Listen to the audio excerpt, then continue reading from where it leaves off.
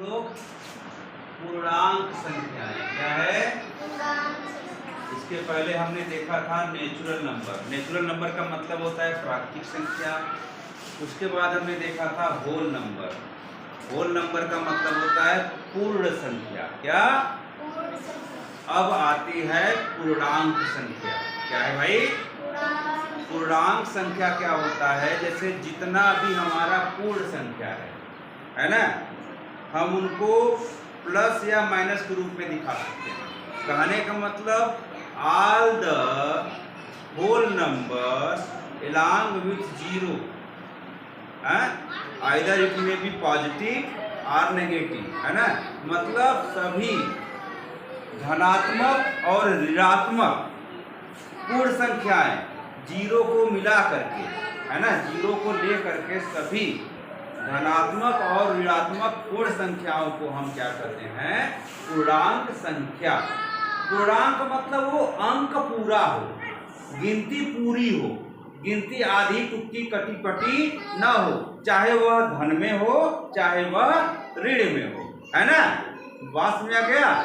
तो अगर हम कहें कि 5, तो 5 कैसा संख्या है? प्राकृतिक संख्या है कि नहीं? 5 प्राकृतिक संख्या है कि नहीं भाई? है। 5 पूर्ण संख्या है कि नहीं? है। अब 5 पूर्णांक संख्या है कि नहीं? है। मतलब पूरा रहे ना, ये 5 पूरा है। ठीक। अगर हम इसी को कह दें -5, ठीक, तो ये प्राकृतिक संख्या है नहीं, है ना।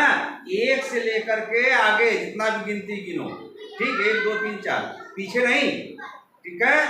तो माइनस क्या है? प्राकृतिक संख्या नहीं है, यह नेचुरल नंबर नहीं है। अब हम कहें -5 पूर्ण संख्या है कि नहीं? होल नंबर है?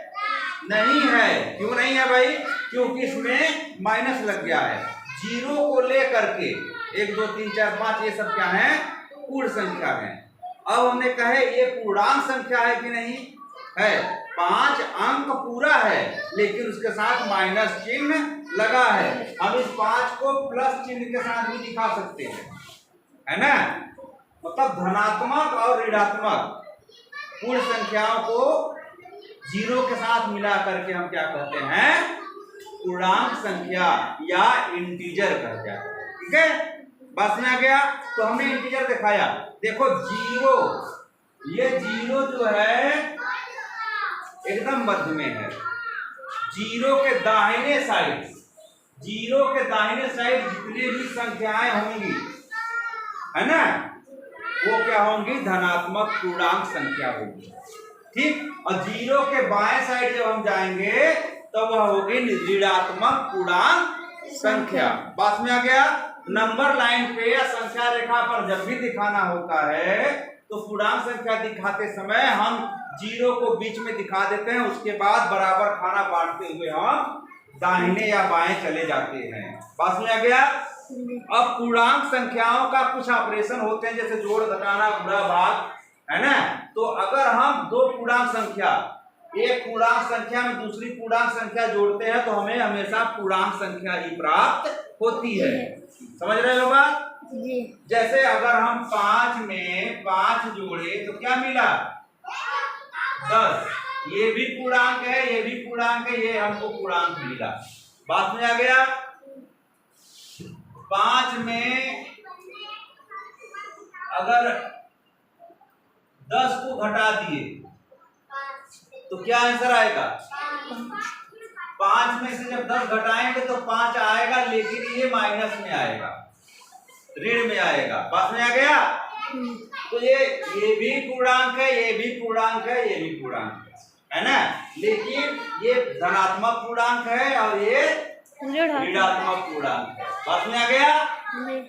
अगर हम पूर्णांक में पूर्णांक का गुणा करें तो भी हमको पूर्णांक ही मिलेगा। बात में आ गया? अगर हम पूर्णांक में पूर्णांक का भाग दें तो पूर्णांक मिल भी सकता है, नहीं भी मिल सकता है। क्यों? अगर 5 में 5 का भाग दिए तो 1 आया, लेकिन अगर 5 में 7 का भाग देंगे तो 5/7 आएगा, जो कि एक पूर्णांक नहीं है।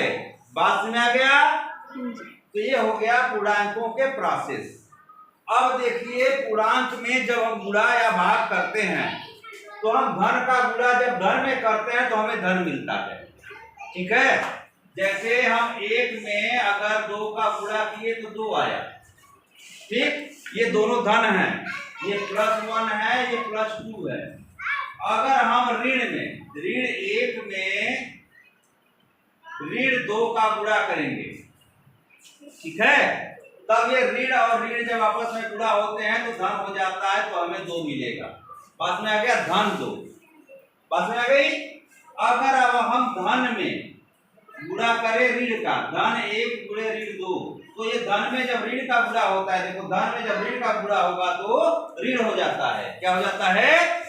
ऋण। तो 2 1 2, ऋण 2 आ गया, है ना।